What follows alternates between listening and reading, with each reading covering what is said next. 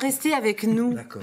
parce qu'on va parler de langue bretonne, justement, avec... Un petit peu, si, dans l'équipier. Dans l'équipier, un petit peu. Ça parlotait breton, oui. Ah, donc il y a un lien avec Armardal. C'est l'histoire, Armardal, du cheval aveugle, racontée en musique sous forme de cantate à la fin des années 70. À sa sortie, elle rencontre un grand succès pour le plus grand bonheur de ses créateurs, Job Anirian et René Abjan. Je les ai bien prononcés, Arnaud Elegouette.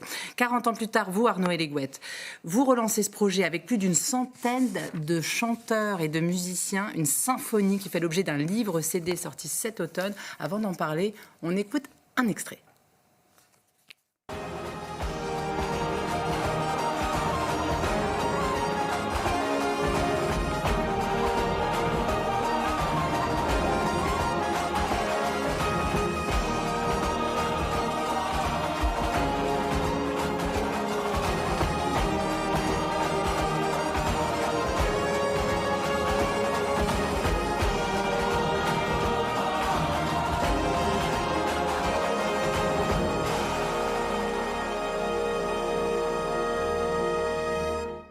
Incroyable enregistrement en Bulgarie, on y reviendra après. On va d'abord parler de cette histoire.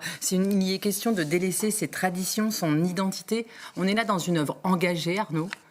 Je pense. Job Anirian, en fait, quand il a écrit cette œuvre-là, avait été choqué. Il était encore tout jeune à l'époque. Et puis, dans les années 70, il se promenait au bord d'un chemin. Et puis, il avait vu un lit clos qui partait, alors pas à la déchetterie à l'époque, mais au feu, à la carrière. Et ça avait beaucoup choqué qu'on jette des meubles aussi beaux.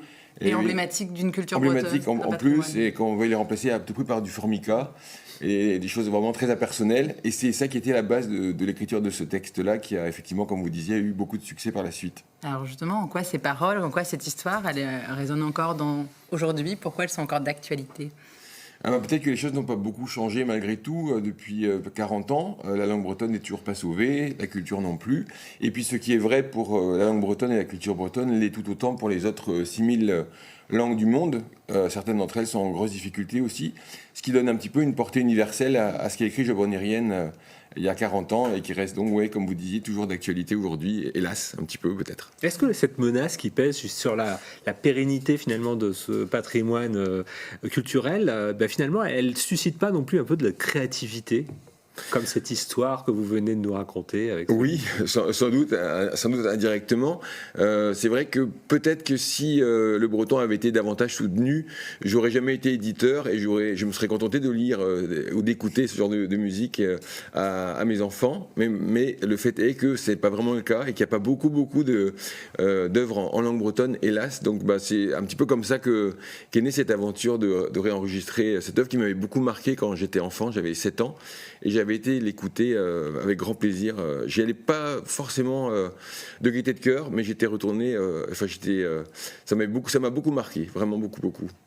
Pourquoi l'enregistrement de cette symphonie s'est fait en Bulgarie ? Parce qu'on avait déjà travaillé sur un premier livre CD qui s'appelait Canarbed, Le chant du monde, et on a vu des rapports vraiment très amicaux avec les membres de l'orchestre, et donc comme ça avait bien marché la première fois, il fallait autant retourner travailler avec des gens qui ont envie de travailler, de faire du bon travail, et qui ont le sourire en enregistrant. Ça donnait vraiment envie de retourner à leur rencontre. C'est une expérience incroyable de travailler avec 100 musiciens. Ce sont que des musiciens et chanteurs bretons ? Alors non, justement, donc il y avait dans les images que vous montrez, il y a des enregistrements qui ont eu lieu à Sofia en Bulgarie, en Corse à Bastia et puis à Quimper en Bretagne. Alors c'est un petit peu fou et c'est ce qu'on raconte aussi à la suite du livre. Oui, alors il est on va dire un mot quand même sur ce livre qui est l'histoire, mais pas seulement, parce que vous parlez vraiment, vous détaillez c'est quoi un orchestre, quels sont les instruments, d'où ils viennent, il y a vraiment... et comment on enregistre aujourd'hui justement, puisqu'on a l'impression en entendant les chanteurs, les musiciens, que tout le monde a joué en même temps alors qu'ils se sont jamais rencontrés. Mais c'est aussi ça un petit peu la magie des enregistrements et le talent des musiciens. Exactement. Quand on pensait justement Job Anirian et René Abjan, les créateurs de cette cantate, parce que je crois que vous leur avez fait écouter. Oui, on est allé dès la sortie du disque et du livre évidemment les rencontrer. Ils ont été profondément émus tous les deux.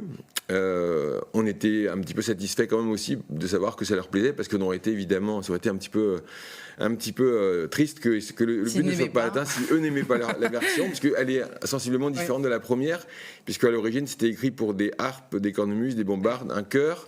Et là, on a un orchestre symphonique, donc ça donne forcément une autre couleur à l'œuvre qu'ils avaient composée et écrite à quatre mains. Et le livre est donc disponible dès maintenant.